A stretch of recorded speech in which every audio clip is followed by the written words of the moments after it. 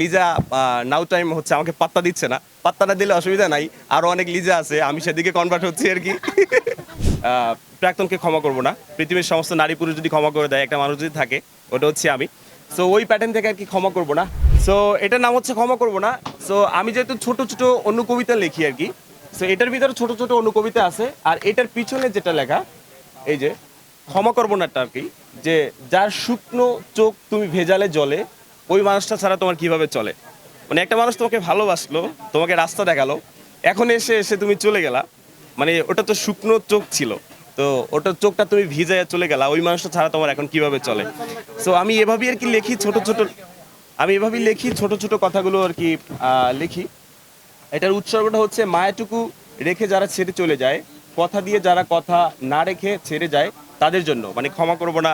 এরকম অনেক মানুষ আছে, অনেক জিনজেট পোলাবেন আছে যাদেরকে ছেড়ে চলে যায়। শুধু ছেড়ে চলে যায় না, আমরাও বেঈমান, আমরাও হচ্ছে গিয়ে ভালোবাসা মানুষকে ছেড়ে চলে যাই। এক কথা বললে তো হচ্ছে গিয়ে আবার বৈষম্যের শিকার হবে আর কি। সো বৈষম্যের শিকারের সুযোগ নাই, আমরা ছেলেরাও তাদেরকে ছেড়ে যাই, তারাও আমাদেরকে ছেড়ে যায়। এদিক থেকে আর কি লেখা হচ্ছে ক্ষমা করবো না। লিজা, লিজা তো এখন বিদেশে, ওরা লিজা লিজা বিদেশে গেছিল, আবার চলে আসছে।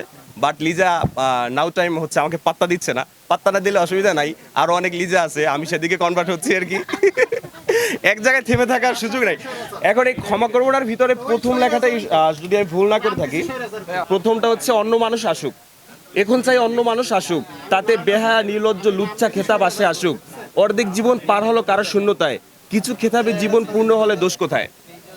এখন একজনকে ভালোবেসে সে যদি পাত্তা না দেয়, তো আমার জন্য মানে তার জন্য আমার যে কষ্ট হবে, বিষয়টা সেরকম না।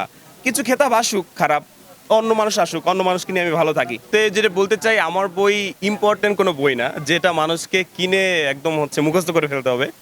আমি হচ্ছে ভালোবাসার জায়গা থেকে অনুকবিতা ছোট ছোট কথা লিখি। সো আমার যেটা অদৃশ্য অসুখ তুমি, এটা হচ্ছে বের হয়েছিল 20 সালে। মানে এখন মানুষের হতে পারে তুমি গণ অভ্যুত্থানে আন্দোলন করে এসে বই লিখে ফেললা, বিষয়টা সেরকম না। 20 সালে তো আন্দোলন হয় নাই। সো প্রুফ অ্যাজ এ দেখাতে পারবো আর কি, সেটা হচ্ছে একটু যদি যাই, এই যে দেখেন অক্টোবরের প্রথম প্রকাশ হচ্ছে গিয়া 20 তারিখ। এটা আমাকে হচ্ছে প্রুফ দেওয়াটা ইম্পর্টেন্ট, কারণ মানুষ অনেক ভুল বুঝে যে তুমি আন্দোলন করে ফেজ হয়ে এখন এসে বই সেল করতেছো, এটা থাকে। কিন্তু আমি ভিডিও বানানোর আগে থেকে কিন্তু হচ্ছে বই লেখালেখি করি আর কি। সো এটা হচ্ছে অদৃশ্য অসুখ তুমি, এটার পিছনে আমার একটা ছোট লেখা আছে যে সবকটি রঙের সুতো হতে চাই, মানে সবকটি রঙের সুতো হতে চাই, কোনো না কোনো রঙে তোমার সাথে মিশে থাকবো তাই। এটা গেল অদৃশ্য অসুখ তুমি। এরপর এসে হচ্ছে গিয়া এখন যেটা লিখলাম ক্ষমা করবো না। আবার একটা কথা আছে যে আহ, প্রাক্তনকে ক্ষমা করবো না। পৃথিবীর সমস্ত নারী পুরুষ যদি ক্ষমা করে দেয়, একটা মানুষ যদি থাকে, ওটা হচ্ছে আমি। সো ওই প্যাটার্ন থেকে আর কি ক্ষমা করবো না।